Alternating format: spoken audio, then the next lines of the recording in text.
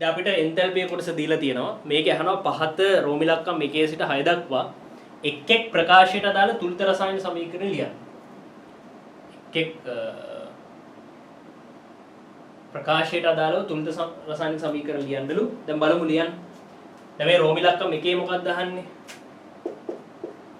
රෝම ඉලක්කම් 1 අහන්නේ කැල්සියම් වල පරමාණුක එන්තැල්පිය.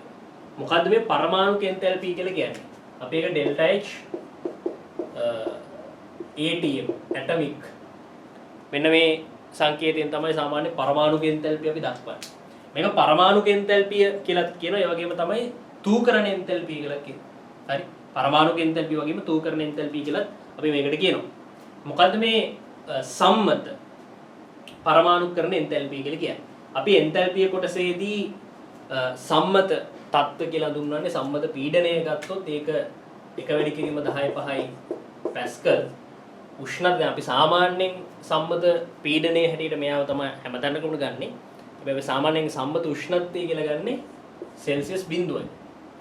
නේ සම්මත උෂ්ණත්වය කියලා අපි ගන්නෙ සාමාන්‍ය සෙල්සියස් 0. නමුත් එන්තැල්පිය කොටසදී අපි සම්මත උෂ්ණත්වය හැටියට ගන්නෙ සෙල්සියස් 25. මොකද හේතුව අපි එන්තැල්පිය කොටසදී අපි සම්මත උෂ්ණත්වය හැටියට සෙල්සියස් 0 ගත්තොත් අපි දන්නවා සෙල්සියස් 0 දී ජලය අයිස් බවට පත් වෙනවා නේ. ඒ නිසා ජලයේ ද්‍රවයක් හැටියට අපිට එහෙම හිතුවොත් එන්තැල්පිය කොටසදී අපිට ජලයේ ද්‍රවයක් හැටියට සලකලා කටයුතු කරන්න බැරි වෙනවා.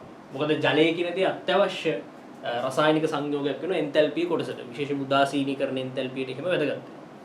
ඒ නිසා සම්මත පීඩනයේ විදිහට කොහොමත් පැස්කල් 10/5යි උෂ්ණත්වය සෙල්සියස් 25. ତොර මේ මොකද්ද සම්මත පරමාණුකරණ එන්තැල්පිය නැත්නම් දූකරණ එන්තැල්පිය කියලා කියන්නේ? අපි හැම එන්තැල්පියකටම මේ සම්මත අවස්ථාව කියන දේ අරගෙන තමයි කතා කරන්නේ. සම්මත තත්ත්වයටදී අපි කියනවා කිසියම් ප්‍රභේදයක ඕනම දෙයක් ඝනයක් වෙන්න පුළුවන්, ද්‍රවයක් වෙන්න පුළුවන්, වායුවක් වෙන්න පුළුවන්, ඕනෑම පදාර්ථයේ ආකාර තුනෙන්ම හිටියට ප්‍රශ්නයක් නැහැ. එක්ක ඝනයක්, එක්ක ද්‍රවයක්, වායුවක් වෙන්න පුළුවන්. ඒ කොහොම හිටියත් ඒ ඕනෑම ප්‍රභේදයක් හරි පරමාණු මවුලයක් බවට පත් වීමේදී සිදුවන එන්තැල්පි පරාසය.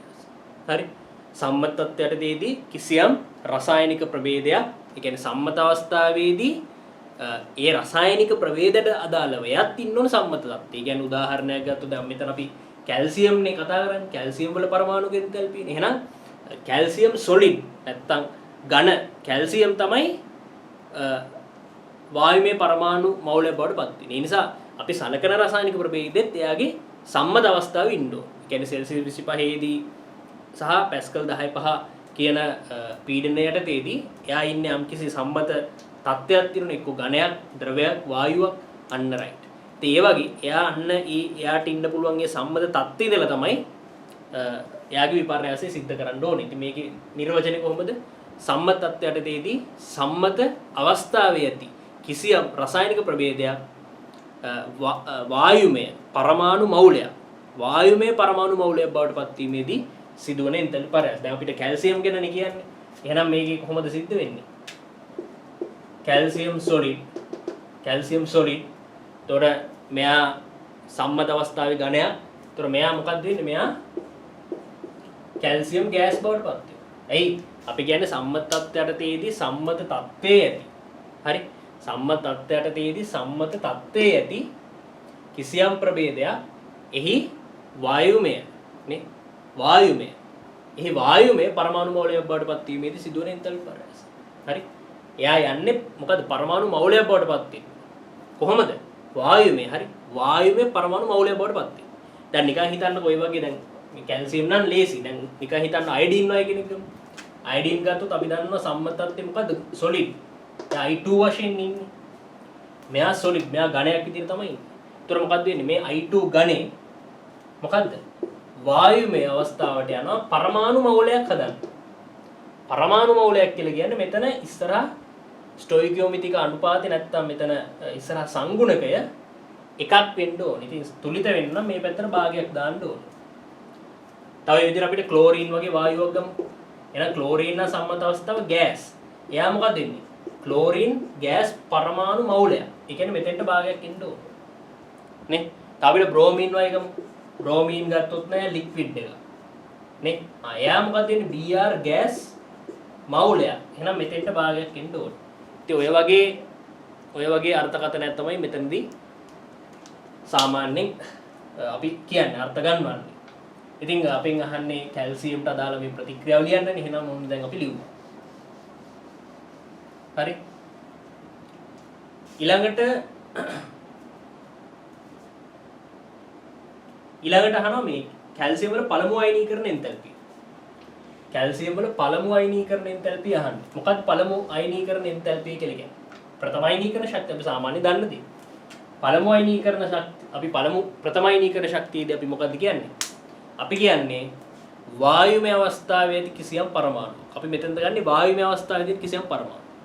වායුමය අවස්ථාවේ ඇති කිසියම් පරමාණුවක් ගත්තාම මේ පරමාණුවේ අවසාන ශක්ති මට්ටමේ ලිහිල්ව බැඳිලා තියෙන ඉලෙක්ට්‍රෝනයක් පිට කිරීමට අවශ්‍ය කරන ශක්තිය. එතෙන්දී තේරුම් ගන්න ඒ පිට කිරීමෙන් එයා හදන්නේ ඒක ධන අයනයක්. වායුමය ඒක ධන අයනයක්. එනිසා අපි නිර්වචනය කියන්නේ කොහොමද? සම්බන්ධ තත්ත්වයටදී වායුමය අවස්ථාවේ ඇති පරමාණු මවුලයකින් එහි අවසාන ශක්ති මට්ටමේ ලිහිල්ව බැඳී ඇති ඉලෙක්ට්‍රෝනය පිට කර සම්බන්ධ තත්ත්වයටදී ඇති ඒක ධන අයන වායුමය මවුලයක් සෑදීමේදී සිදුවන එන්තැල්පි විපර්යාසය. එහෙනම් අපි මෙතන ලියන්න පුළුවන් කැල්සියම් ගැන නහන්නේ. එහෙනම් කැල්සියම් ගෑස්. හරි. කැල්සියම් ගෑස් මොකක්ද වෙන්නේ? කැල්සියම් ප්ලස් ගෑස් කෙනෙක් වෙනවා ඉලෙක්ට්‍රෝනයක් පිට කරලා. හරි. Calcium gas calcium plus gas බවට පත් වෙනවා ඉලෙක්ට්‍රෝනයක් පිට කරලා. ඊළඟට අපෙන් අහන්නේ දෙවන අයනීකරණ එන්තැල්පි. දෙවන අයනීකරණ එන්තැල්පි කියන්නේ මොකද්ද? අර උදාසීන වායුමය පරමාණුව ඉලෙක්ට්‍රෝනයක් පිට කරලා වායුමය අවස්ථාවේ තියෙන ඒක ධන අයනයක් හැදුවනේ. දැන් මොකද්ද කරන්නේ? දෙවන අයනීකරණය කියන්නේ මොකද්ද? ඒ හැදෙන ඒක ධන අයනෙ ඉන්නවනේ. ඒ හැදෙන ඒක ධන අයනෙ. ඒ හැදෙන ඒක ධන අයනෙන් අවසාන කවචයේ ඇති ඉලෙක්ට්‍රෝනයක් නේ පිට කරලා ද්විත්ව ධන අයනයක් වායුමය ද්විත්ව ධන අයනයක් සෑදීමේදී සිදුවන එන්තැල්පි විපර්යාස. ඕක තමයි දෙවන අයනීකරණ එන්තැල්පි කියලා කියන්නේ. සම්මත තත්ත්වයට ඇති ඒක ධන අයන වායු මවුලයකින් ඉලෙක්ට්‍රෝනයක් පිට කරලා නේ සම්මත තත්ත්වයට ඇති වායුමය ද්විත්ව ධන අයන මවුලයක් සෑදීමේදී සිදුවන එන්තැල්පි විපර්යාසය. ඔන්න ඔහොම තමයි මේ ප්‍රතික්‍රියාව වෙන්නේ. හරි. අන්න දැන් ඊළඟට අහනවා අයඩීන් වල පරමාණුක එන්තැල්පි. ඉතින් අයඩීන් වල පරමාණුක එන්තැල්පි කියන්නේ අපි ඉස්සෙල්ලා කතා කරා. ඒගේ ප්‍රතික්‍රියාවත් අපි ලිව්වා. මොකද පරමාණුකරණ එන්තැල්පි කියන්නේ? අනිත් පැත්තෙන් තෝකරණ එන්තැල්පි. අයඩීන් වල අහන්නේ එහෙනම් අයඩීන් සොලිඩ්. අයඩීන් සොලිඩ් අයි ගෑස් බවට පත් වෙනවා. එයි සම්මත තත්ත්වයට ඇති නේ සම්මත තත්ත්වයේ පවතින කිසියම් ප්‍රභේදයකින් වායුමය පරමාණු මවුලයක්. එහෙනම් මෙතෙන්ට එකක් ඉන්න ඕනේ. එහෙනම් මේ පැත්තට භාගයක් දාන්න ඕනේ. දැන් මෙතන අයඩීන්ලා දෙන්නෙක් නේ. අන්න රයිට්. ඔන්න අපි එහෙනම් අයඩීන්ගේ පරමාණුකරණ එන්තැල්පියට අදාළ සමීකරණ ලිව්වා. දැන් ඊළඟට මොකක්ද අහන්නේ? ඊළඟට අහන්නේ පහ කැල්සියම් අයඩයිඩ් හි දැලිස් එන්තැල්පිය. ලැටිස් එනර්ජි එක නේ. කොහොමද ලැටිස් එනර්ජි එක ලියන්නේ? මොකද්ද ඒකේ අර්ථයක් කියන්නේ? අපි කියනවා මොකද්ද? වායුමය අවස්ථාවේ ඇති. මේක අයනික සංයෝග වලටනේ අදාළ වෙන්නේ. වායුමය අවස්ථාවේ ඇති මොකද්ද? කැටායනයක් වායුමය අවස්ථාවේ ඇති ඇනායනයක් සමග ප්‍රතික්‍රියා කරලා මොකද්ද? සම්මත තත්ත්වයේ පවතින දැලිස් මවුලයක් සෑදීමේදී සිදුවන එන්තැල්පි විපර්යාස. දැන් මෙතන අහන්නේ කැල්සියම් අයඩයිඩ් නේ. එහෙනම් අපි දන්නවා මොකද්ද? වායුමය අවස්ථාවේ තියෙන කැල්සියම් ධන දෙක වායුමය අවස්ථාවේ පවතින කැල්සියම් ධන දෙක ධනායනයක් සහ වායුමය අවස්ථාවේ පවතින I- නේ I- වායුමය අවස්ථාවේ පවතින I- අනායනයක් සමග ප්‍රතික්‍රියා වෙලා ඔන්න කැල්සියම් අයඩයිඩ්. තේරුම් ගන්න මෙතන අයඩින්ලා දෙන්නෙක් ඉන්නවනේ සංයුතාව. ඊතර මෙතන I- ලා දෙන්නෙක් ඉන්නවා. ඊතර මෙයා සොලිඩ් හරි. ඊතර මෙයාගේ මවුලයක් හදන්න. හැදෙන්නේ කොහොමද? ඝන දැලිසක්, ඝන ආයනික දැලිසක් හැදෙන්නේ කොහොමද? ධන දෙක ගෑස් සහ I- ගෑස් කැටායන සහ ඇනායන එකිනෙකට ප්‍රතික්‍රියා වෙලා. හරි. ඔන්න කැල්සියම් අයඩයිඩ් වල දැලිස් එන්තැල්පියට අදාළ ප්‍රතික්‍රියා සමීකරණ ලිව්වා. අවසානයේ අහනවා කැල්සියම් අයඩයිඩ් උත්පාදන එන්තැල්පිය. කැල්සියම් අයඩයිඩ් වල උත්පාදන එන්තැල්පියට අදාළ සමීකරණ ලියන්න කියලා. හරි. දැන් මේ ටික බලා ගන්නකො දැන්ට ලියපු ටික. මම ලියන්න ඉඩමදි නිසා මෙතන උඩින්ම මම ලියන්නේ ඊළඟට. දැන්ට ඔය ටික බලා ගන්න ඔය ප්‍රතික්‍රියා. තේරුම් ගන්න මේ ප්‍රතික්‍රියා ලියද්දි හැමෝටම ප්‍රතික්‍රියා තුලිත වෙන්න ඕන. අනිත් පැත්තට මේ භෞතික අවස්ථා තියෙන්න ඕන. එන්තැල්පිය අනිවාර්යයෙන්ම ප්‍රතික්‍රියා ලියද්දි භෞතික අවස්ථා තිබිය යුතුයි. භෞතික අවස්ථා තිබ්බේ නැත්නම් වැරදි. මෙතන ගෑස්. හරි මේක සොලිඩ් කියලා පෙනී. මෙයා ගෑස්. මෙයා ගෑස්. හරි. හරි. ඔන්න ඔහමයි එන්නේ. ඔන්න ප්‍රතික්‍රියා ටික. දැන් අවසාන ප්‍රතික්‍රියාව ලියමු. එහෙනම් මේ ටික මතලම අවසාන ප්‍රතික්‍රියාව උඩින්ම ලියන්න.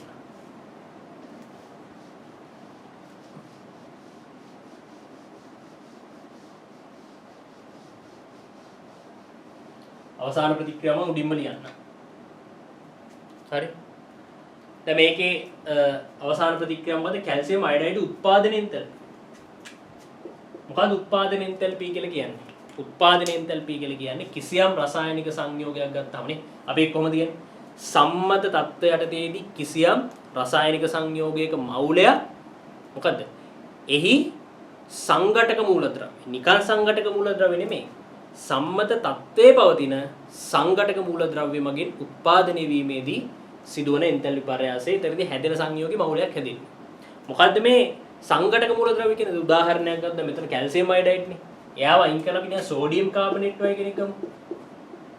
එතකොට මේ සෝඩියම් කාබනේට් වල සංඝටක මූලද්‍රව්‍ය වෙන්නේ කවුද? Sodium, carbon, oxygen. ඔය තුන් දෙනානේ. එතකොට මෙයාගේ උත්පාදනය ගැන කතා කරොත් අපි කොහොමද මේක ලියන්න ඕනේ? මෙයා උත්පාදනය වෙන්නේ සෝඩියම්, කාබන්, ඔක්සිජන් කියන තුන් දෙනා එකිනෙකට ප්‍රතික්‍රියා වෙනවා. එහෙනම් මොකද්ද? මෙහි සංඝටක මූලද්‍රව්‍යයන් මගින් උත්පාදනය වීමේදී සිදුවන එන්තැල්පි පරයාසය. අනික හැදෙන්නේ සෝඩියම් කාබනේට් මවුලය. ඉතින් මේකට දාලා අපිට ප්‍රතික්‍රියාව ලියන්න පුළුවන් කොහොමද? සෝඩියම්, කාබන්, ඔක්සිජන් එක ප්‍රතික්‍රියා වෙලා. තේරුම් ගන්න එතනදී අපි කියනවා මොකද්ද මේ සංඝටක මූලද්‍රව්‍ය ඉන්නත් ඕනේ ඒගොල්ලෝගේ සම්මත අවස්ථාව. දැන් ගත්තොත් සෝඩියම් ගත්තොත් ඝනයක්, කාබන් ගත්තොත් ඝනයක්. O2 මේ ඔක්සිජන් O2 හැටියට ඉන්නේ. එයා ගෑස් වායුව. ඒතර හැදෙන්නේ සෝඩියම් කාබනේට් සොලිඩ්.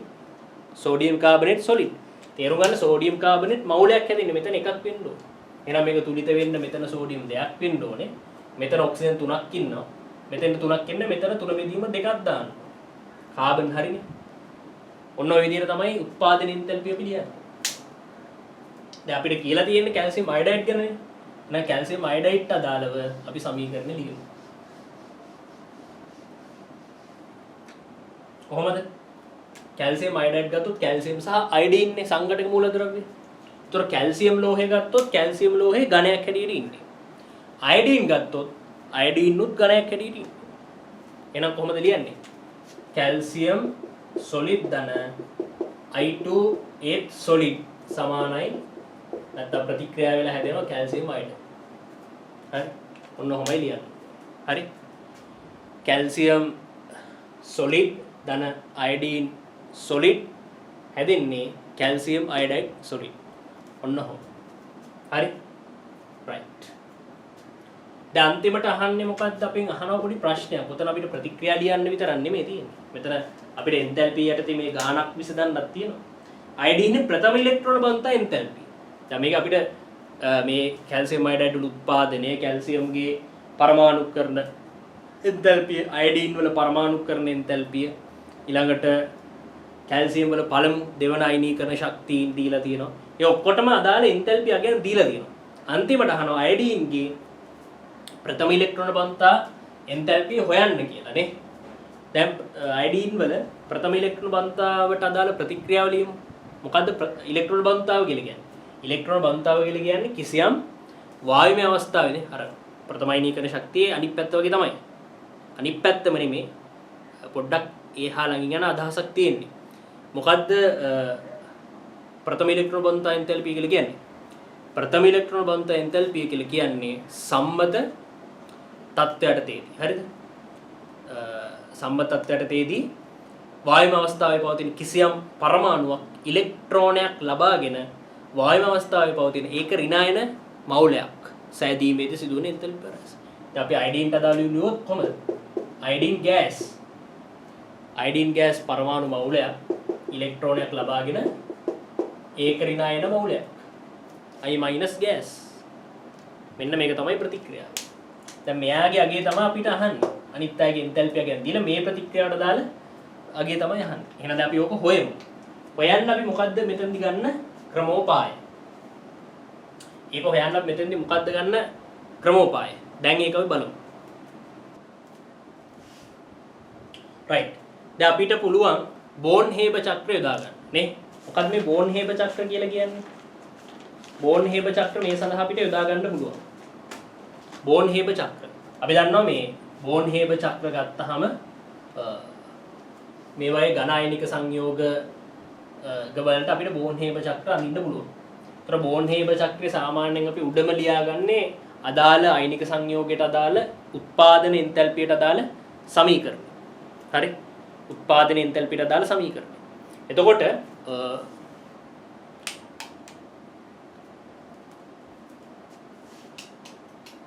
හරි උත්පාදන එන්තැල්පියට අදාළ සමීකරණය තමයි අපි ලියන්නේ. හරි? right. එතකොට දැන් මේ කැල්සියම් අයඩයිඩ් ඝන ආයනික සංයෝගය ගත්තාම එයාගේ උත්පාදනයට අදාළ සමීකරණය අපි මේ විදිහට ලියලා තියෙන්නේ. එහෙනම් අනිත් ටික පුරවන්න තමයි තියෙන්නේ. අපි කොහොමද පුරවන්නේ? කැල්සියම්ගේ ඉස්සෙල්ලාම ලියනවා මොකද්ද? මෙයාගේ පරමාණුකරණ එන්තැල්පිය.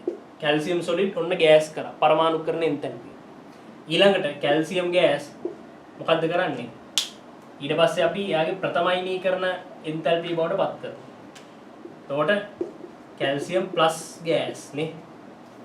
කැල්සියම් ප්ලස් ගෑස් බවට පත් වෙනවා. මුලින්ම කැල්සියම් සොලිඩ් ඝන කැල්සියම් ඊළඟට වායුමය කැල්සියම් බවට පත් කරනවා. කොහොමද? පරමාණුකරණ එන්තැල්පිය. ඊළඟට calcium gas calcium plus gas බවට පත් කරා එයාගේ ප්‍රථම අයනීකරණ එන්තැල්පිය. ඊට පස්සේ calcium plus gas calcium 2+ gas බවට පත් කරන්න පුළුවන්. හරි? Calcium plus gas calcium 2+ gas බවට පත් කරන්න පුළුවන් මෙතන දෙවන අයනීකරණ එන්තැල්පිය භාවිතා කරලා. මෙතන කැල්සියම් 2+ ගෑස්. හරි?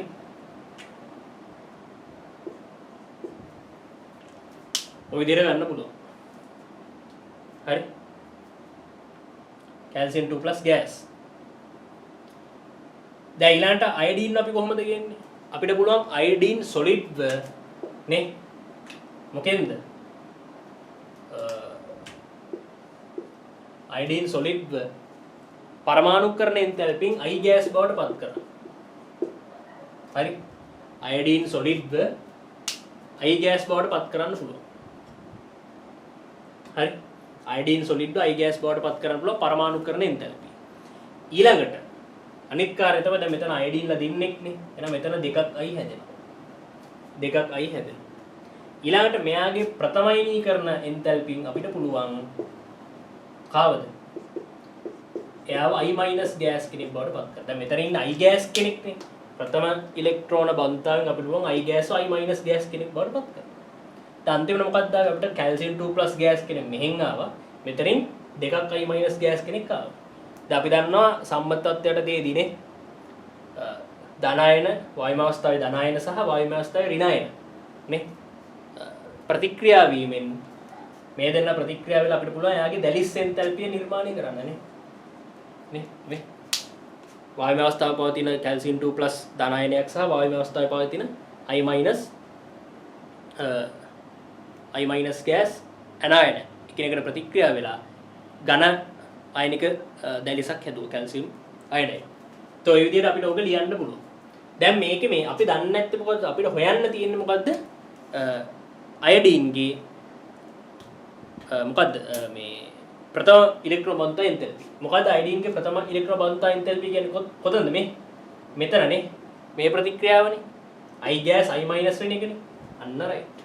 එහෙනම් මම මේකේ උත්තරේ මෙතන ඩෙල්ටා H කියලා දා ගන්නවා. ඩෙල්ටා H කියලා දා ගන්නවා. මේ එතකොට එතන මම ඩෙල්ටා H කියලා දාගත්තා. හරි. ඊළඟට අනිත් ඒවා ගැන අපි දන්නවනේ. අනිත් ඒවා ගැන අපිට දීලා තියෙනවා. දැන් කැල්සියම් අයඩයිඩ්ගේ උත්පාදන එන්තැල්පිය අපිට දීලා තියෙනවා. මේකේ ඍණ 534 කියලා අපිට දීලා තියෙනවා. ඉතින් ඩෙල්ටා HF නේ අපි ආව ඩෙල්ටා HF කියලා දාගමු. හරි. හරි. අපි ඩෙල්ටා HF කියලා මේ විදිහට දාගත්තා. හරි. ඩෙල්ටා HF කියලා අපි ආව දාගත්තා. ඊළඟට කැල්සියම්ගේ පරමාණුකරණ එන්තැල්පිය දීලා තියෙනවා. යා ඩෙල්ටා H අපි ATM කියලා දාමු. ඊළඟට මෙයාගේ ප්‍රථම ඉලෙක්ට්‍රෝන බන්තාව දීලා තියෙනවා. ඩෙල්ටා H I1E කියලා ගමු. ප්‍රථම ඉලෙක්ට්‍රෝන බන්තාව අපිට දීලා තියෙනවා. ඒ වගේම මෙයාගේ දෙවන ඉලෙක්ට්‍රෝන බන්තා එන්තැල්පියත් අපිට දීලා තියෙනවා. ඊළඟට කැල්සියම් අයඩයිඩ්ගේ ලැටිස් එනර්ජි එක නේ. එයාට අපිට දීලා තියෙනවා. ලැටිස් එනර්ජි එකත් අපිට දීලා තියෙනවා. ඊළඟට මෙතන පොඩි මෙහෙම දෙයක් තියෙනවා. මෙතන අයඩීන්ගේ අපිට දීලා තියෙනවා පරමාණුකරණ එන්තැල්පිය. හැබැයි තේරුම් ගන්න මේක දිහා හොඳට බැලුවම අපිට පැහැදිලි වෙන එක දෙයක් තියෙනවා. දැන් බලන්න පරමාණුකරණ එන්තැල්පියේදී හැදෙන්නේ අයඩීන් වායුවේ පරමාණු මවුලයක්නේ. මේ අපි යාගේ පරමාණුක එන්තැල්පිය ගැන කතා කරාම අපිට පැහැදිලි වෙන දෙයක් තමයි මොකද්ද? මොකද අපිට පැහැදිලි වෙන්නේ? අපි මොකද නිර්වචනය කියන්නේ? සම්මත තත්ත්වයටදී නේ සම්මත තත්ත්වයටදී කිසියම් ඕනෑම රසායනික ප්‍රභේදයක් ගත්තම මේ ඕනෑම රසායනික ප්‍රභේදයක් හරිද සම්මත තත්ත්වයටදී පවතින පරමාණු වායුවේ පරමාණු මවුලයක් බවට පත් වීමෙන් සිදුවන එන්තැල්පි පරාසය. දැන් මවුලයක් කියන්නේ මෙතන ස්ටොයිකියෝමෙට්‍රික් සංගුණ එකක් වෙනවා. නමුත් මෙතන දෙකක් නේ. ඒ කියන්නේ දෙකක් කියලා කියන්නේ මේ සම්පූර්ණ සමීකරණෙම ඒ කියන්නේ අයඩීන්ගේ පරමාණුක එන්තැල්පියට දාලා අපි ලියනවා රසායනික ප්‍රතික්‍රියාවක්. ඒ සම්පූර්ණ රසායනික ප්‍රතික්‍රියාවම දෙකෙන් ගුණ වෙලා නේ. අපි දන්නවා එන්තැල්පියේදී අදාළ රසායනික ප්‍රතික්‍රියාව කිසියම් සංඛ්‍යාවකින් ගුණ වුණොත් එම ප්‍රතික්‍රියාවට අදාළ මොකද්ද? එන්තැල්පි විපර්යාසයගියත් මොකද්ද වෙන්නේ? දෙගුණයක් වෙනවා. නෑ මම හිතනවා දෙකෙන් වැඩි කරා කියන්නකො. කිසියම් රසායනික ප්‍රතික්‍රියාව දෙකෙන් වැඩි කරා. එතකොට මේ රසායනික ප්‍රතික්‍රියාව දෙකෙන් වැඩි කරාම මොකද්ද වෙන්නේ? ඒ ප්‍රතික්‍රියාවට අදාළ එන්තැල්පි විපර්යාස අගෙත් දෙකෙන් වැඩි වෙනවා. යම් කිසි රසායනික ප්‍රතික්‍රියාවක් කිසියම් සංඛ්‍යාවෙන් ගුණ කළොත් එම රසායනික ප්‍රතික්‍රියාවට අදාළ එන්තැල්පි විපර්යාසත් එම සංඛ්‍යාවෙන්ම ගුණ වෙනවා. දැන් මෙතන පරමාණුකරණ එන්තැල්පියට අදාළ ප්‍රතික්‍රියාව දෙකෙන් ගුණ වෙලා තියෙනවා. එහෙනම් මෙයාගේ අයඩීන්ගේ සම්මත පරමාණුකරණ එන්තැල්පිය මෙතන දෙකෙන් වැඩි වෙලා තමයි එන්නේ. අයඩීන් හරි අයඩීන්. එතකොට දැන් අපිට මෙතන හේස් නියමය යොදන්න පුළුවන් නේ. ඇයි? අපි දන්නවා හේස් නියමය මොකද්ද? කිසියම් රසායනික ප්‍රතික්‍රියාවක් සිද්ධ වෙන දිශාව වැදගත් නැහැ. දැන් මොකක් හරි දිශාවකින් සිද්ධ වෙලා මොකක් හරි දිශාවකින් රසායනික ප්‍රතික්‍රියාව සිද්ධ වුණා කියනවා. එතකොට ඒ ප්‍රතික්‍රියාව තව වක්‍රව විවිධාකාර මාර්ග වලින් සිද්ධ වෙන්නත් පුළුවන්. එතකොට මොකද්ද මේගොල්ලෝ කියන්නේ? ඒ විවිධාකාර මාර්ග වලින් සිද්ධ වෙලා ඒ මාර්ගයේදී සිද්ධ වෙන එන්තැල්පි පරයාසයන් ගත්තාම ඒ එන්තැල්පි පරයාසයන් වල මුළු එකතුව අර තනි පියවරින් සිද්ධ වෙච්ච නැත්නම් කෙටි මගින් සිද්ධ වෙච්ච ප්‍රතික්‍රියාවේ එන්තැල්පි විපර්යාසයට සමාන වෙනවා. එතකොට මොකද්ද මෙතන වෙන්නේ? මෙතන මේ උත්පාදනයට දැන් මේ මෙතන සරල දෙයක් නෙමෙයි වෙලා තියෙන්නේ. මොකද්ද වෙලා තියෙන්නේ බලන්න මේ කැල්සියම් අයඩීන් එක්ක ප්‍රතික්‍රියා වෙලා කැල්සියම් අයඩයිඩ් හදලා. ඉතින් මේක තනි ප්‍රතික්‍රියාවෙන් වෙන්නත් පුළුවන් නේ මෙහෙම. නමුත් මොකද්ද වෙලා තියෙන්නේ කියලා බලන්න මේ. මේක මේ වක්‍රව ගිහිල්ලා නේ කැල්සියම් අයඩයිඩ් හැදෙන එක තනි ප්‍රතික්‍රියාවෙන් මෙහෙම වෙන්න පුළුවන් නේ. කැල්සියම් අයඩීන් එක්ක ප්‍රතික්‍රියා කරලා කැල්සියම් අයඩයිඩ් කෙලින්ම හැදෙන්න පුළුවන්. නමුත් මෙතන වෙලා තියෙන්නේ මොකද්ද? වෙන දුර පාරක ගිහිල්ලා නේ මේ. වෙන දුර පාරක ගිහිල්ලා මේ කැල්සියම් ගෑස් වෙලා කැල්සියම් ප්ලස් ගෑස් වෙලා කැල්සියම් ප්ලස් ගෑස් වෙලා I2I ගෑස් වෙලා I gas I minus gas වෙලා ඒ දෙන්න ප්‍රතික්‍රියා වෙලා හැදලා තින්නේ. මේ පාර දුර වැඩි. මේ පාර කෙටි මේ පාර දුර වැඩි. මේ පාර කෙටි මේ පාර දුර වැඩි. මේ පාර කෙටි මේ පාර දුර වැඩි. නමුත් අර දුර වැඩි පාරේදී සිදුවන එක් එන්තැල්පි පරයාසයන්ගේ එකතුව මොකද්ද මේ කෙටි පාරේදී සිදුවන එන්තැල්පි පරයාසයට සමානයි. ඒ කියන්නේ මෙතන ඩෙල්ටා HF අගයට සමාන වෙනවා මේ පැත්තේ සිද්ධ වෙන සියලුම එන්තැල්පි පරයාස අගය. එහෙනම් දැන් අපි මේ ඩෙල්ටා H හොයමු. ඩෙල්ටා H තමයි අපි මුලින්ම හොයාගන්න. එහෙනම් අපි හොයාගමු. මුලින්ම අපි මේ හේස් නියමයට අනුව මෙතන සම්බන්ධය ලියන්න ඕන. හරි. right දැන්ට මේක බලන්න දැන් මම ඊළඟ සමීකරණේ ලියද්දී ඒ කියන්නේ මෙතන තියෙන හේස් නියමයට අනුව මේගොල්ලෝගේ සම්බන්ධතාව ලියද්දී මම ඒවා මකනවා. ඒ නිසා දැන්ට මේවා බලලා ලියා ගන්න. මොකක් හරි අඩුවක් තියෙනවා නම් බලන්න. හොඳයි එතකොට අපි එන්තැල්පි කොටසේ තුරු කොටස බලමු. අපි දැන් කැල්සියම් අයඩයිඩ් වලට අදාළව බෝන් හේබර් චක්‍රය ඇඳලානේ. අපි කැල්සියම් අයඩයිඩ් වලට අදාළව බෝන් හේබර් චක්‍රය දැන් ඇඳලා තියෙනවා. ඊළඟට අපි හේස් නියමය යොදාගෙන අපි සම්බන්ධතාව ගමු. නේ? ඒතර මෙතන ලියන්න ඕනේ හේස් නියමයෙන් කියලා. හේස් නියමයෙන්. හරි? හේස් නියමයෙන් කියලා ලියන්න. හරි? හේස් නියමය තමයි මේකට දායක වෙන්නේ. ඒ හේස් නියමයෙන් මොකද්ද වෙන්නේ? කැල්සියම් අයඩයිඩ් වල උත්පාදන එන්තැල්පිය. කැල්සියම් අයඩයිඩ් වල උත්පාදන එන්තැල්පිය සමාන වෙනවා කාටද? අපි දැක්කා කැල්සියම් වල හරි කැල්සියම් වල මේක කැල්සියම් අයඩයිඩ්. හරි කැල්සියම් වල පරමාණුකරණ එන්තැල්පිය එකතු වෙනවා එයාගේ පළමු අයනීකරණ එන්තැල්පිය.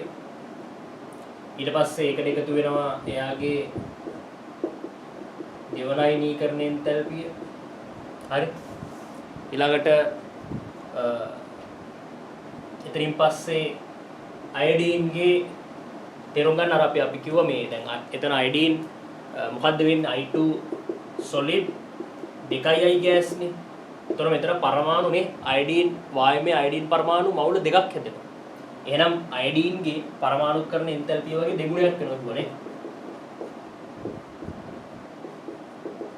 හරි. ඊට පස්සේ මම මෙතන මේ ඉතුරු ටික පල්ලෙහාට ගන්නම් ලියන්න ඉඩමදි නිසා නැත්තම් ඔයගොල්ලෝ දැන් ප්‍රශ්න පත්‍රයක ලියනවා නම් ඔයගොල්ලන්ට CRP වගේ දිගටම ලියාගෙන යන්න පුළුවන්. මොකද මෙතන සීමිත ඉඩ කඩන්නේ තියෙන නිසා මම පල්ලෙහාට ගන්නවා. හරි. ඊට අමතරව අපි හොයනවා ඩෙල්ටා H. පළමු ඉලෙක්ට්‍රෝන බොන්ත එන්තැල්පි අයඩීන්. මම මේක ඩෙල්ටා H කියලා දාගත්තනේ. ඊට පස්සේ එකතු වෙනවා මොකද්ද? ඩෙල්ටා H ලැටිස් එනර්ජි කාගේද? Calcium iodide. તો ඒ වගේ අපිට පුළුවන් මේ බෝන් හේබර් චක්‍රයට හේස් නියමය දාලා මේ සම්බන්ධතාව අවසානයේදී ඔප්පු කරගන්න. දැන් අපිට පොඩි ගණිතමය සුළු කිරීමක් තියෙන්නේ මෙතන. ඩෙල්ටා H F කියාගේ අපිට දීලා තියෙනවා. අනිත් අගයන් සියල්ලම දීලා තියෙනවා. අපිට ඩෙල්ටා H කියාගේ හොයන්න තියෙනවා. හරි. මෙතන කැල්සියම්ගේ පරමාණුකරණ එන්තැල්පිය, මෙතන කැල්සියම්ගේ පළමු අයනීකරණ එන්තැල්පිය, මෙතන කැල්සියම්ගේ දෙවන අයනීකරණ එන්තැල්පිය. ඊට පස්සේ මෙතන අයඩීන්ගේ පරමාණුකරණ එන්තැල්පිය වගේ දෙකක්. හරි. I2 solid 2යි I gas වෙන එක. ඊළඟට මෙතන අපි හොයන ඩෙල්ටා H, මෙතන අන්තිමට ලැටිස් එනර්ජි. ඔය ටික තමයි දෙන්නේ. ඉතින් අපිට මේකේ දත්ත දීලා තියෙනවා මේ අගයන්. මේ අගයන් ටික අපි දාගෙන ගිහිල්ලා අවසානයේ සුළු කරලා උත්තරේ ගමු.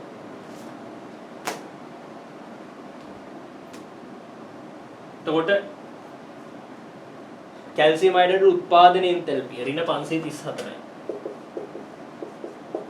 ඍණ 534යි. කැල්සියම් වල පරමාණුකරණ එන්තැල්පිය ධන 193යි. පළමු අයනීකරණ එන්තැල්පිය ධන 590යි. දෙවන අයනීකරණ එන්තැල්පිය 1150යි. අයඩීන් වල පරමාණුකරණ එන්තැල්පිය මෙතන ඍණාගයක් තියෙන්නේ ඍණ 1074 ඒ වගේ දෙකක්. හරි. ඍණ 1074 වගේ දෙකක් වෙන්න ඕනේ.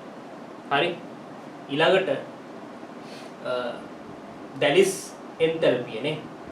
අන්තිමට අපි හොයන ඩෙල්ටා H ඉන්නවා. ඊට අමතරව දැලිස් එන්තැල්පිය කීයද? ඍණ 2074 කියලා දීලා තියෙනවා. ඔන්න ගෑන් ටික. ඉතින් අපි ඩෙල්ටා H උක්ත කරගෙන ඩෙල්ටා H ගේ අපි අගේ හොයමු. හරි. ධන 193යි ඊළඟට 590යි 1150යි අයඩීන්ගේ පරමාණුක එන්තැල්පිය. ඒ වගේ දෙකක්. ඒතොර ඍණ 1074 ඒවා දෙකක්. ලැටිස් එනර්ජි එක ඍණ 2074යි.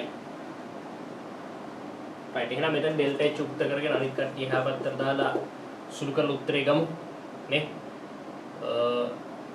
එහා පැත්තට ගියාම මෙතන ඍණ 534යි ඍණ 193යි ඍණ 590යි ඍණ 1150යි ධන දෙවාරයක් 1074 ධන 1074 මේ ඩෙල්ටා H2 උත්තරයක් සුළු කරලා ගන්න තියෙනවා මොකක්ද මේ උත්තරේ ඔක සුළු කරාම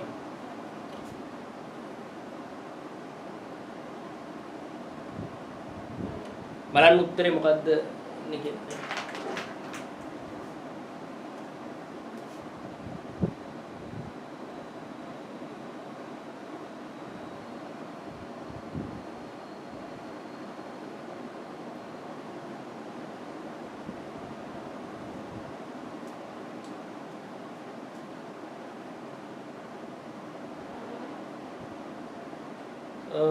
මේකේ උත්තරේ ගමු බලන්න සුළු කරාම බලමු සුළු කරලානේ ඍණ 534 ඍණ 193යි ඍණ 590යි ඍණ 1150යි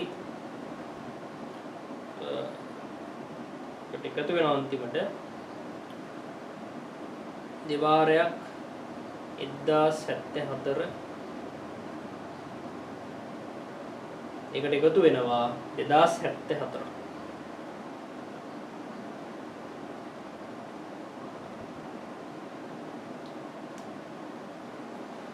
අපිට මේකේ ධනාගයක් නේ ඉන්නේ ධන 1755ක් කියලා තමයි ඉන්නේ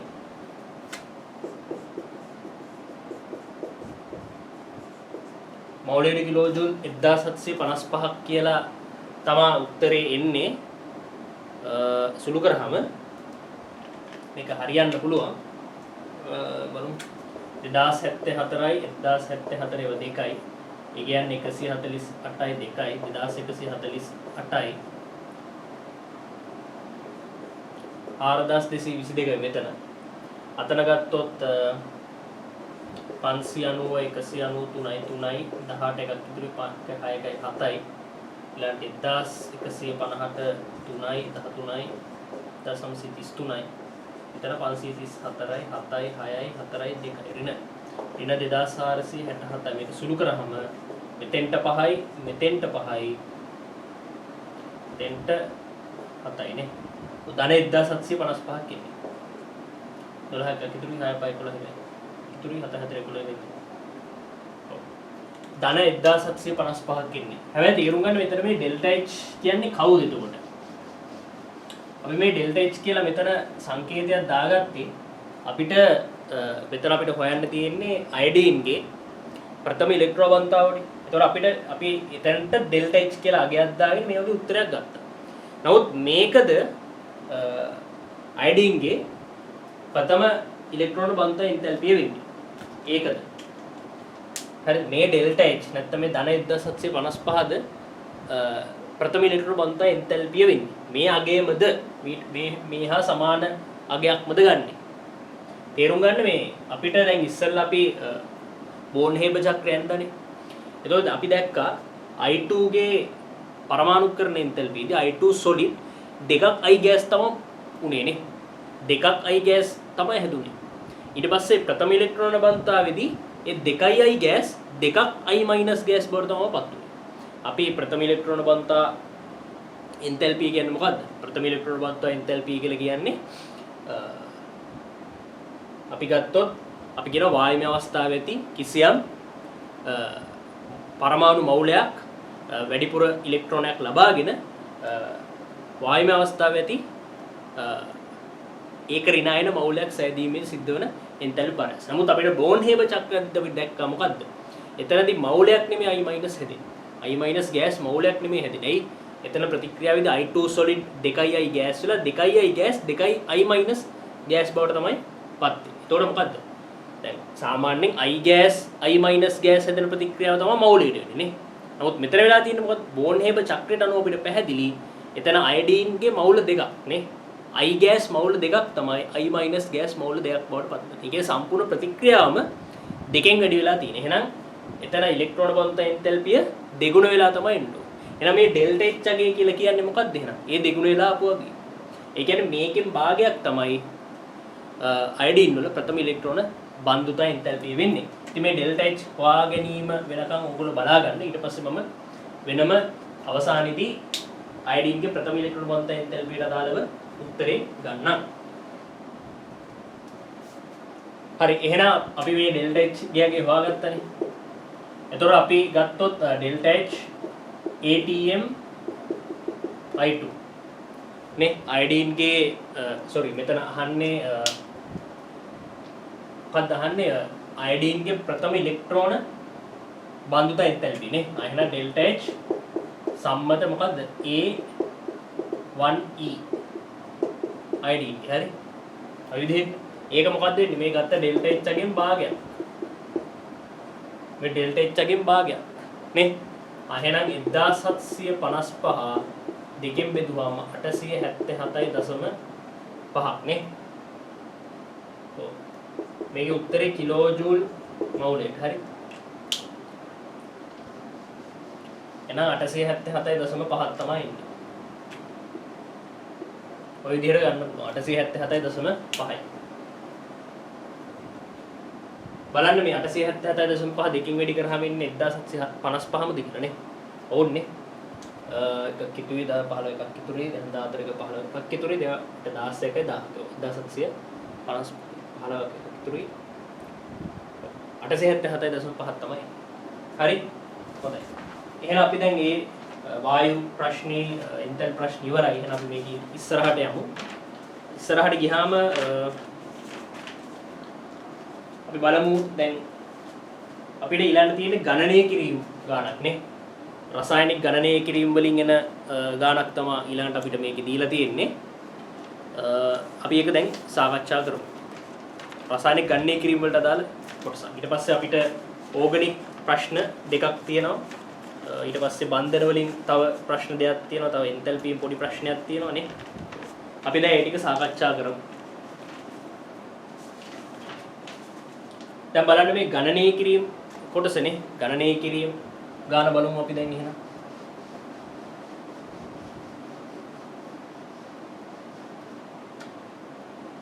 හරි.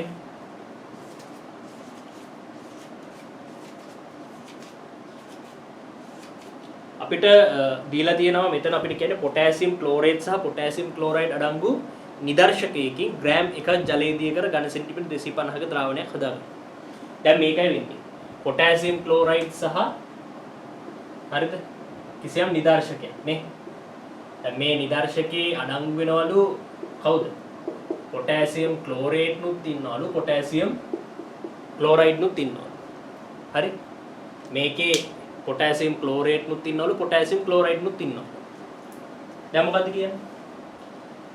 මේ නිදර්ශකේ ග්‍රෑම් 1ක් මේකේ ග්‍රෑම් 1ක් ජලයේදී කරලු ඝන සෙන්ටිමීටර් 250ක් හදන්න. මෙයාගේ ග්‍රෑම් 1ක්. ඒතර මෙයාගේ ස්කන්ධයේ ග්‍රෑම් 1යි. නමුත් තේරුම් ගන්න දැන් මේ නිදර්ශකයේ මුළු ස්කන්ධයේ ග්‍රෑම් 1යි. මේකේ අඩංගු වෙන රසායනික සංයෝග දෙක පොටෑසියම් ක්ලෝරේට් සහ පොටෑසියම් ක්ලෝරයිඩ්. එතනින් අදහස් වෙන්නේ මොකද්ද? මේ නිදර්ශකයේ පොටෑසියම් ක්ලෝරයිඩ් ස්කන්ධයයි පොටෑසියම් ක්ලෝරයිඩ් ස්කන්ධය ගත්තා. මේ ස්කන්ධ දෙක එකතුව ග්‍රෑම් 1කට සමාන වෙනවා කියලා අදහසක් ඕකින් කියන්නේ. ඇයි? අපිට නිශ්චිතවම කියන්න බෑ මේ නිදර්ශකයේ ඉන්නේ පොටෑසියම් ක්ලෝරේට් සහ පොටෑසියම් ක්ලෝරයිඩ් විතරක්ම කියලා. හරි? මොකද පොටෑසියම් ක්ලෝරේට් සහ පොටෑසියම් ක්ලෝරයිඩ් අමතරව මේ නිදර්ශකේ තව අපද්‍රව්‍ය තියෙනවා. එතකොට ඒ අපද්‍රව්‍ය වල ස්කන්ධයත් එකතු වෙනවා මුළු ස්කන්ධෙට. හරි? එතකොට මෙයාගේ මුළු ස්කන්ධේ ග්‍රෑම් 1යි කියලා අපිට කිව්ව බලයට අපිට කියන්න බෑ පොටෑසියම් ක්ලෝරයිඩ්ගේ ස්කන්ධයයි පොටෑසියම් ක්ලෝරයිඩ්ගේ ස්කන්ධයයි දෙන්නගේම එකතුව ග්‍රෑම් 1ට සමානයි කියලා. ඒ නිසා මේ ගානේ අපි පොටෑසියම් ක්ලෝරයිඩ්ව හරි පොටෑසියම් ක්ලෝරේට්ව හරි හිතන්නකො දෙන්නගේ එක්කෙනෙක්ගේ අපි ස්කන්ධය හොයාගත්තා කියලා. එහෙම ස්කන්ධය හොයාගත්තා කියලා අපිට අනිත් එක්කෙනාගේ ස්කන්ධය හොයන්න බෑ. මොකද මේකේ තව අපද්‍රව්‍ය මිශ්‍ර වෙලා තියෙන්න පුළුවන්. ඒ අපද්‍රව්‍ය වල ස්කන්ධයත් මේ දෙන්නගේ මුළු ස්කන්ධ වලට එකතු වෙලා තමයි මේ ග්‍රෑම් 1 ඇවිල්ලා තියෙන්නේ. ඒ නිසා මේ දෙන්නගේ මුළු ස්කන්ධය ග්‍රෑම් 1ක් වෙනවා කියලා අදහසක් නැහැ. ඉතින් මේ නිදර්ශකය කොහොම හරි ග්‍රෑම් 1ක් තමයි සමස්ත ස්කන්ධය. මේක ජලයේදී කරලාලු ඝන සෙන්ටිමීටර් 250ක් හදන්නේ. ඒතර මේ ද්‍රාවණේ ඝන සෙන්ටිමීටර් 25ක් වෙන් කරලා ඒකට සල්ෆර් ඩයොක්සයිඩ් එකතු කරනවා. ඊට පස්සේ එහිදී සල්ෆර් ඩයොක්සයිඩ් මගින් මේ නිදර්ශකයේ තියෙන ක්ලෝරේට් අයන නැත්තම් එයා ජලයේදී කරාම ක්ලෝරේට් අයන නිදහස් වෙනයි පොටෑසියම් ක්ලෝරේට් ඉන්නවා. පොටෑසියම් ක්ලෝරේට් කියන්නේ ආයනික සංයෝග. ඒතර මේ ක්ලෝරේට් අයන සම්පූර්ණයෙන් ක්ලෝරයිඩ් බවට ඔක්සිහරණය වෙනවා. ඊට පස්සේ ද්‍රාවණය රත් කළ වැඩිපුර SO2 ඉවත් කරනවලු. ඉන්පසු සියලුම Cl- අයන AgCl ලෙස අවක්ෂේප කරාම ස්කන්ධයක් ඔන්න මෙහෙම විදිහට අපිට දෙනවා. ඊළඟට තවත් වැඩක් තව එහා පැත්තින්නුත් මේගොල්ලෝ කරගෙන යනවා. දැන් මේගොල්ලෝ කරන්නේ මොකද්ද? මේ නිදර්ශක ඉස්සල්ලාම ජලයේ දිය කරලා ද්‍රාවණයක් හදනවා. හරිද? ජලයේ දිය මේ නිදර්ශක කෙලින්ම ගෙනල්ලා ජලයේ දිය කරලා ද්‍රාවණයක් හදනවා. ඒ ද්‍රාවණයේ පරිමාව ඝන සෙන්ටිමීටර් 250යි. හරි? ඒ ද්‍රාවණයේ පරිමාව ඝන සෙන්ටිමීටර් 250. ඒ කියන්නේ මේ සමස්ත ග්‍රෑම් එකම ගෙනල්ලා ජලයේ දිය කරනවා. ඒතර මේ ජලීය ද්‍රාවණය ඇතුලේ පොටෑසියම් ක්ලෝරේට් සහ පොටෑසියම් ක්ලෝරයිඩ් ඉන්නවා. ඒතර මේ දෙන අයනනේ.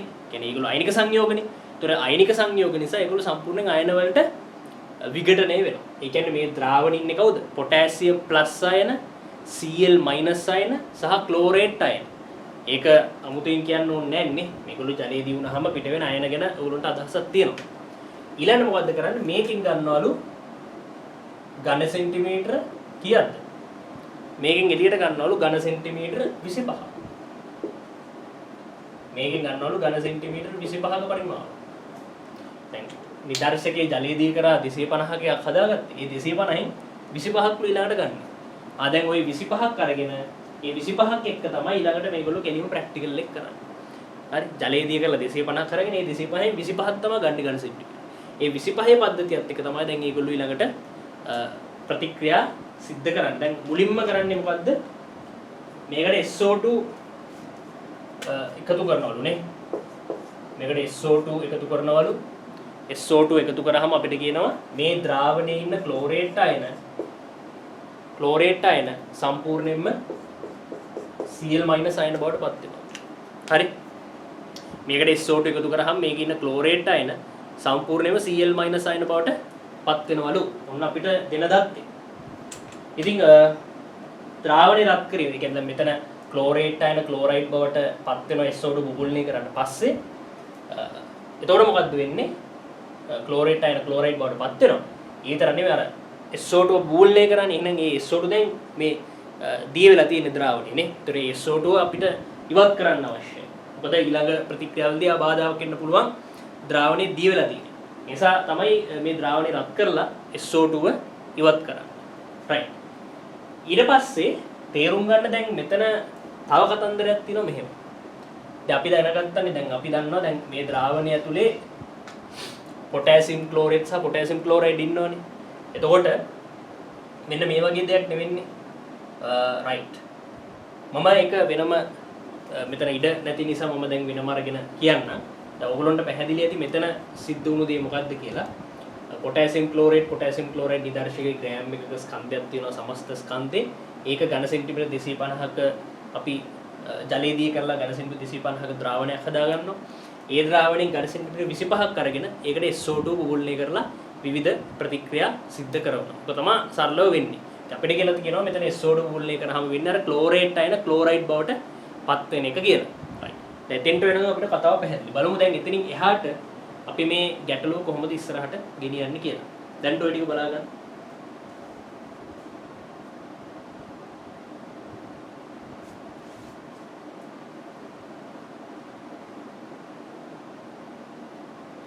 හරි. එතකොට දැන් මෙහෙමයි වෙන්නේ. දැන් මේ කතාව පැහැදිලි කරගන්න ඕනේ. දැන් මේ ද්‍රාවණය ඇතුලේ මේ ඝන සෙන්ටිමීටර් 250 25ක් ගන්නෝනේ.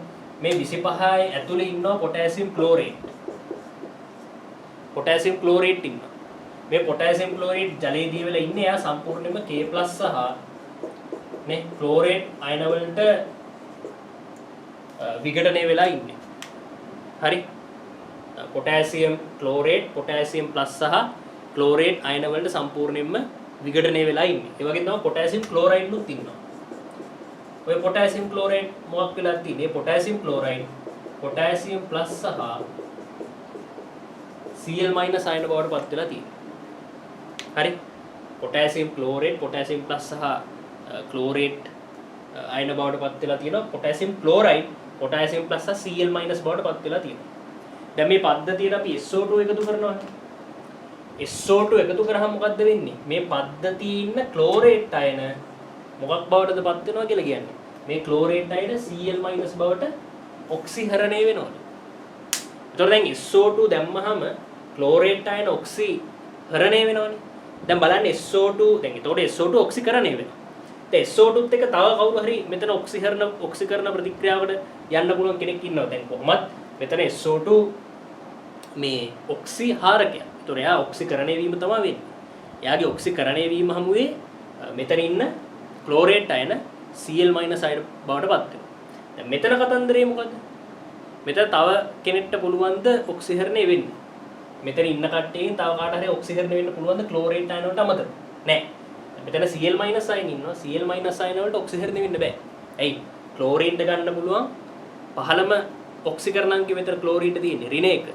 ඒතොර Cl- අයන වලට ඔක්සිහරණය වෙන්න බෑ. එතන එහෙනම් තේරුම් ගන්න SO2 දැම්මහම මේ පද්ධතිය ඔක්සිහරණය වෙන්නේ කවුද? ක්ලෝරේට් අයන විතරයි. ක්ලෝරේට් අයන විතරයි SO2ත් එක්ක ඔක්සිහරණය වෙන්නේ. කියන්නේ SO2ත් එක්ක රෙඩොක්ස් ප්‍රතික්‍රියාවක් දක්වන්නේ ක්ලෝරේට් අයන විතරයි. හරි. එහෙනම් අපිට දැන් ඔය කතන්දරේ පැහැදිලි. එතකොට දැන් ඕකනේ මුලින්ම කරන්නේ නේ. ඕක තමයි මුලින්ම කරන ප්‍රැක්ටිකල් එක. ඊට පස්සේ දැන් ඔතනත් අර SO2 එකතු කරාම ක්ලෝරේට් අයන Cl- බවට පත් කරනවලු. ඊට පස්සේ වැඩිපුර SO2 ඉවත් කරනවලු පද්ධතිය රත් කරලා. ඊළඟට මේකට Cl- අයන. දැන් බලන්න මෙතන ඉන්න ක්ලෝරේට් දැන් Cl- වුණා. ඒතර Cl- වර්ග දෙකක් ඉන්නවා. පොටෑසියම් ක්ලෝරයිඩ්ගෙන් ඉන්න Cl- කෙනෙකුත් ඉන්නවා. මෙතන ක්ලෝරේට් අයන ඔක්සිහරණය වෙලා හැදුණු Cl- කෙනෙකුත් ඉන්නවා. හරි. එතකොට දැන් මෙතන අවසාන පද්ධතියේ ක්ලෝරයිඩ් ආපු විදි දෙකක් තියෙනවා. එකක් පොටෑසියම් ක්ලෝරයිඩ් වලින් ආපු Cl- අනිත් එක ක්ලෝරේට් ඔක්සිහරණය වෙලා හැදුණු Cl-. එහෙනම් ඔය Cl- වර්ග දෙකම අපි සලකා බලන්න ඕනේ. ඉතින් ඔය Cl- වර්ග දෙකම මොකද්ද වෙන්නේ? AgCl හැටියට අවක්ෂේප කරනවලු. එතන AgCl හැටියට අවක්ෂේප කරද්දී එතෙන්ට දායක වෙන Cl- තැන් දෙකකින් එනවා. කොතෙන්ද? පොටෑසියම් ක්ලෝරයිඩ්ගෙන් එන Cl- නුත් ඉන්නවා. මෙතන ක්ලෝරේට් අයන Cl- බවට පත් වෙලා හැදුණු Cl- නුත් ඉන්නවා. මේ දෙගොල්ලම තමයි මෙතන AgCl අවක්ෂේප කරන්න දායක වෙන්නේ. දැන් ඕක පළවෙනි සිදුවීම. මේ ගාන්ට දාලා සිද්ධ කරන පළවෙනි මේ ප්‍රැක්ටිකල් එකේ දැන් මේ ප්‍රැක්ටිකල් එකක් නෙමෙයි කරන්නේ. ප්‍රැක්ටිකල් එක තමයි ඒගොල්ලෝ කරන්නේ. දැන් මේකේ පළවෙනි කොටස ඉවරයි. දැන් ඊළඟට කියනවා තව දෙයක්. දැන් අපි කරේ 250 25 කරගෙන ඒකට SO2 මූලණය කරලා අවසානයේ AgCl ඊට අවක්ෂේප කරා. දැන් තව වැඩක් මේගොල්ලෝ කරනවා. මොකද්ද? දැන් හොඳට බලන්න. මුල් ද්‍රාවණයෙන් තවත් ඝන සෙන්ටිමීටර් 25ක් ගන්නවලු. හරි. දැන් අපි මුල් ද්‍රාවණය කියන්නේ මේ 250නේ. ඒ 250න් අපි දැන් 25ක් ගත්තා SO2 මූලණය කරලා. මේ පැත්තට තව දෙයක් කරනවලු. මොකද්ද? මේ ද්‍රාවණයෙන් තව 25ක් ගන්නවා. මේ ද්‍රාවණයෙන් තව 25ක් අරගෙන මොකද්ද කරන්නේ? ඒකට 0.2ක් සාන්ද්‍රණය වෙච්ච ෆෙරස් සල්ෆේට් ද්‍රාවණයකින් ඝන සෙන්ටිමීටර් 30ක් එකතු කරනවා. හරිද? ඊට පස්සේ කියනවා එහිදී Fe2+ අයන මගින් ක්ලෝරේට් අයන Cl- බවට ඔක්සිහරණය වූ අතර ඉතිරි ෆෙරස් සල්ෆේට් ඔක්සිකරණය කිරීම සඳහා Q නම් ඔක්සි කාරකයක් භාවිතා කරලා දීලා. සරල දෙයක් නෙමෙයි මෙතන වෙලා තියෙන්නේ මොකද්ද? දැන් මෙතනින් අපි 1.25ක කොට්ටාසයක් කරගෙන දැන් යම්කිසි ප්‍රතික්‍රියාවක් සිද්ධ කරලා AgCl අවක්ෂේප කරානේ. දැන් මෙතන තව වැඩක් කරනවා. මොකද ඒ වැඩේ? මෙයාගෙන් තව 25ක් ගන්නවලු. හරි? මෙයාගෙන් තව 25ක් ගන්නවලු. දැන් ඒ 25 මොකද්ද කරන්නේ? ඒ 25 ගත්තාම තේරුම් ගන්න ඒ 25 ඇතුලේ කවුද ඉන්නේ? හරි? මෙයාගෙන් අපි 25ක් ගන්න ඕනේ ඝන සෙන්ටිමීටර. ඒතර මේ ඝන සෙන්ටිමීටර 25 ඇතුලේ කවුද ඉන්නේ? අර ද්‍රාවණී හිටපු දෙන්නම ඉන්නවා. දැන් මේ ද්‍රාවණී හිටියන්නේ ක්ලෝරේට් සහ ක්ලෝරයිඩ් අයන. දැන් මේ 25 දැන් මෙතනින්මනේ ගන්නෙ. මේ 25 ගන්නෙත් මෙතනින්මයි. මේ 25 කියලා කියන්නේ මේ වගේ ද්‍රාවණයක්ම තමයි. වෙනසක් නැහැ. හරි. ඉතින් මෙතනත් අර ක්ලෝරේට් අයන ඉන්නවා. Cl- අයන ඉන්නවා. මෙතනත් ක්ලෝරේට් අයන ඉන්නවා. Cl- අයන ඉන්නවා. වෙනසක් නැහැ. දැන් මේ ද්‍රාවණයට මොකද්ද කරනවා කියන්නේ? මේ ද්‍රාවණයට කරනවා කියලා කියන්නේ මේ ද්‍රාවණයට අපි Fe2+ මේ ද්‍රාවණයට අපි ෆෙරස් සල්ෆේට් ද්‍රාවණයක් එකතු කරනවා. දැන් මෙතනදී අපි SO2 එකතු කරා වගේ මෙතනදී කරන්නේ Fe2+ ජලීය ද්‍රාවණයක් තමයි එකතු කරන්නේ. ඒ Fe2+ ජලීය ද්‍රාවණයේ සාන්ද්‍රණය 0.2යිලු පරිමාව ඝන සෙන්ටිමීටර 30ක් ලු දාන්නේ. දාලා එතන රෙඩොක්ස් ප්‍රතික්‍රියාවක් වෙන්න ඉඩ හරියි. දැන් මෙතන SO2 හැමුවේ ක්ලෝරේට් Cl- නුනේ. මෙතන මොකද්ද වෙන්නේ? මෙතන වෙන්නේ Fe2+ දානවනේ. අර දෙයමයි මොකද්ද? මෙතනදි ක්ලෝරේට් අයන Cl- බවට පත් වීම තමයි සිද්ධ වෙන්නේ. Cl- මොනවත් වෙන්නේ නැහැ. මොකද Fe2+ ඔක්සිකරණය වෙද්දී මෙතන ඔක්සිහරණය වෙන්නේ ක්ලෝරේට විතරයි. Cl- ට ඔක්සිහරණය වීමේ හැකියාවක් නැහැ. ඉතින් ඔය විදිහට ඔක්සිහරණය වෙන්න ඉඩ හරිනවලු. තේරුම් ගන්න මෙතනදී ඒගොල්ලෝ කියනවා මේ සම්පූර්ණයෙන්ම Fe2+ වැය වෙන්නේ නැල්ලු. මේ දාන සාන්ද්‍රයේ මේ පරිමාව ගත්තාම මේ Fe2+ සම්පූර්ණයෙන්ම ක්ලෝරේට් අයන ඔක්සිහරණය කරවන්න වැය වෙන්නේ නැල්ලු. එතනින් යම්කිසි Fe2+ ප්‍රමාණයක් ඉතුරු වෙනවලු. මෙතන ප්‍රතික්‍රියාවෙන් Fe2+ යම්කිසි මෝල ගාණක් ඉතුරු වෙනවා. ඒ Fe2+ අපිට කියනවා Q කියන ඔක්සිකාරකයක් එක්ක ප්‍රතික්‍රියා කරනවා. එතකොට Fe2+ සහ Q අතර මවුල අනුපාතෙත් එකට එකයි. Q ද්‍රාවණයෙන් වැය වෙච්ච මවුල ගාන අපිට හොයාගන්න පුළුවන්. Q ද්‍රාවණයේ සාන්ද්‍රණයයි Q ද්‍රාවණයේ පරිමාවයි අපි දන්නවා. එහෙනම් අපිට පුළුවන් මොකද්ද? ඉතිරි වෙච්ච Fe2+ මවුල ගාන හොයාගන්නනේ. right. දැන් මොකද්ද එහෙනම් අපි දැන් කරන්න ඕනේ මේ ගානේ? මේ ප්‍රශ්නේ අපි අවසානයෙන් තමයි පටන් ගන්න ඕනේ. අවසානයෙන් තමයි පටන් ගන්න ඕනේ. හරි. අවසානයෙන් තමයි පටන් ගන්න ඕනේ. හරි. එහෙනම් අපිට කතන්දරේ පැහැදිලි. මෙතන 125 කොටසක් අරගෙන SO2ත් එක්ක ප්‍රතික්‍රියාවක් කරනවා. එතනින් අවසානයේදී AgCl අපි අවක්ෂේප කරනවා. මෙතන වෙන්නේ තව 25ක් කරගෙන ඒකට Fe2+ දාලා අර වගේම තමයි ක්ලෝරේට් අයන Cl- බවට පත් කරනවා. හැබැයි මෙතනදී අර දාන Fe2+ සම්පූර්ණයෙන් ප්‍රතික්‍රියා වෙන්නේ නැහැ. එයාගේ යම්කිසි ප්‍රමාණයක් ඉතුරු වෙනවා. ඒ ඉතුරු වෙච්ච Fe2+ Q කියන ඔක්සිකාරකෙත් එක්ක ප්‍රතික්‍රියා කරනවා. එතකොට මේ ප්‍රතික්‍රියාව අපි දන්නේ නැහැ Q කොයි වගේ විදිහට මේ ඔක්සිහරණය වෙනවද කියලා. එතරම්දි මොකද්ද වෙන්නේ? එතනදී Fe2+ සහ Q අතර ප්‍රතික්‍රියාව ගත්තොත් ඒ දෙන්නගේ මවුල අනුපාතය දීලා තියෙනවා. ස්ටොයිකියෝමෙට්‍රික් අනුපාතය. ප්‍රතික්‍රියාව ස්ටොයිකියෝමෙට්‍රික් අනුපාතය. ඉතින් එතනදී අපිට Q වැය වෙච්ච ගාන හොයාගන්න පුළුවන් නම් ඒ ප්‍රතික්‍රියාවට දායක වෙන Fe2+ ගාන හොයාගන්න පුළුවන්. එතකොට ඒ එතෙන්ට දායක වෙච්ච Fe2+ කියන්නේ කවුද?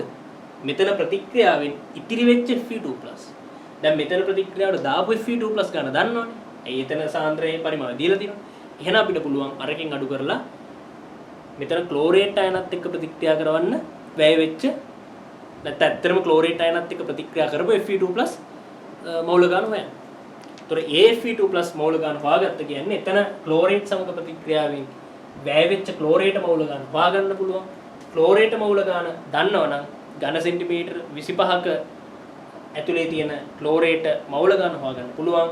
මේ ක්ලෝරේට ආවේ ඝන සෙන්ටිමීටර් 25න් නෙමේ 250න් ආවේ. එහෙනම් 25ක ඉන්න ක්ලෝරේට මවුල ගන්න දන්නවනම් 250ක ඉන්න ක්ලෝරේට මවුල ගන්න හොයාගන්න තියෙනවා. ඉතින් 25 ඇතුලේ මේ ග්‍රෑම් එක දියුනේ. එහෙනම් ඝන සෙන්ටිමීටර් 25 ඇතුලේ තියෙන ක්ලෝරේට මවුල ගන්න දන්නවා කියලා කියන්නේ පොටෑසියම් ක්ලෝරේට් මවුල ගන්න හොයන්න පුළුවන්. පොටෑසියම් ක්ලෝරේට් මවුල ගන්න දන්නවා කියලා කියන්නේ අපිට පුළුවන් මොකක් කරන්නද? පොටෑසියම් ක්ලෝරේට් ස්කන්ධය හොයාගන්න.